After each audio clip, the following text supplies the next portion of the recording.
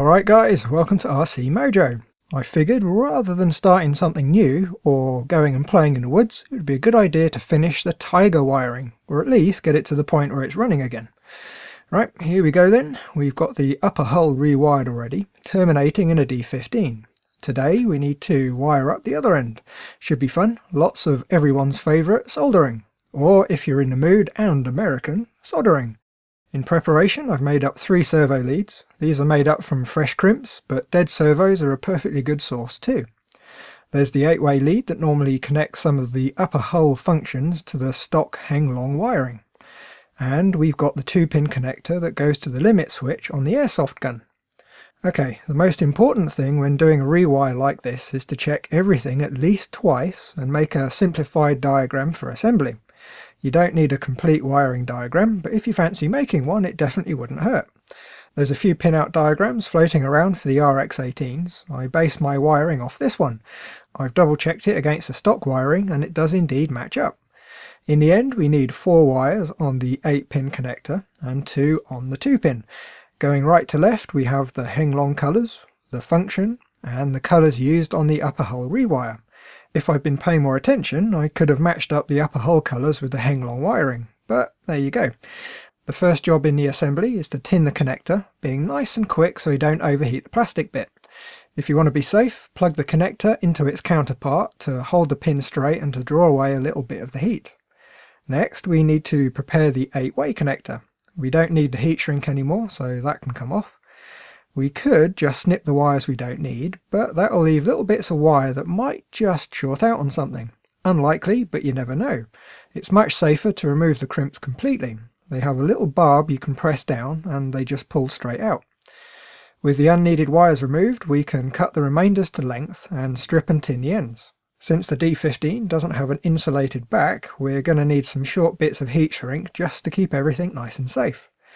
This is another bit where a little diagram would be rather handy, but I'm not going to make one. With the connector plugged in, it's simple enough to match up the wiring. A bit of a shortcut, you just have to be extra careful as you go. Each of the wires gets their little bit of heat shrink and gets soldered onto the connector. We tinned it all earlier, so they all go together really rather nicely. The limit switch lead isn't any different. Cut to length, strip and tin the ends, add some heat shrink and solder to the connector. Now we can shrink the heat shrink. Make sure all the bits are all the way at the end of the wire over the connector terminals. Heat it up with a heat gun and there we go, tidy.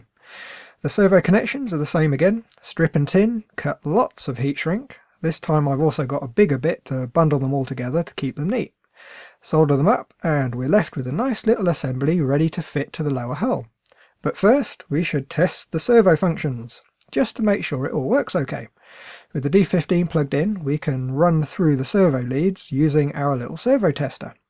Okay, first one connected and a receiver battery connected for power.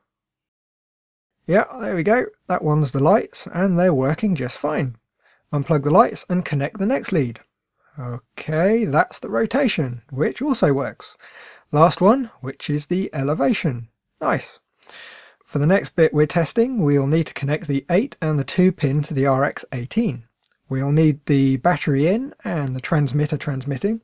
Switch on and start the engine. Right then, machine gun. Works a treat, but it's only an LED so there's not much to go wrong. Main gun next, which also works. One more thing before we do the final fit, we need to connect up the servo leads to the receiver. It's in a bit of a fiddly spot and I really should have labelled the leads when we had them on the tester. Oh well, once they're all in we shouldn't need to take them out again, so it'll do just fine. The D15 needs to get inserted through the back of the mount and fitted with a couple of screws and nuts. There shouldn't be any reason to remove it again, so a little bit of Loctite will do the job of keeping it all in place. With any luck there should be just enough space for the wiring to run down the side of the hull and be held in place with the RX-18, which should leave just enough space for the battery. And well, it's a bit tight, but it fits lovely. We've still got some stragglers here and there, the smoker wiring and its switch. We still need to replace them, and we'll need to add some cable clips to keep it all neat and tidy, but it's getting there. Right now though, we can enjoy the payoff of all that wiring and soldering. The upper hull with all its functions simply plugs in with a single connector.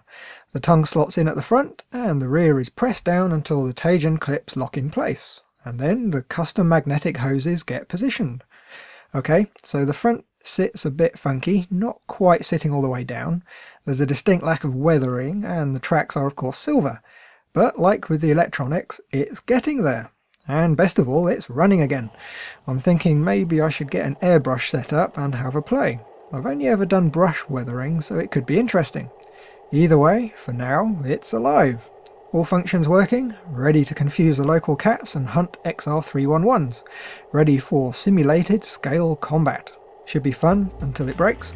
Well, thanks for watching, like if you liked, and don't forget to subscribe, it's always much appreciated. Bye guys.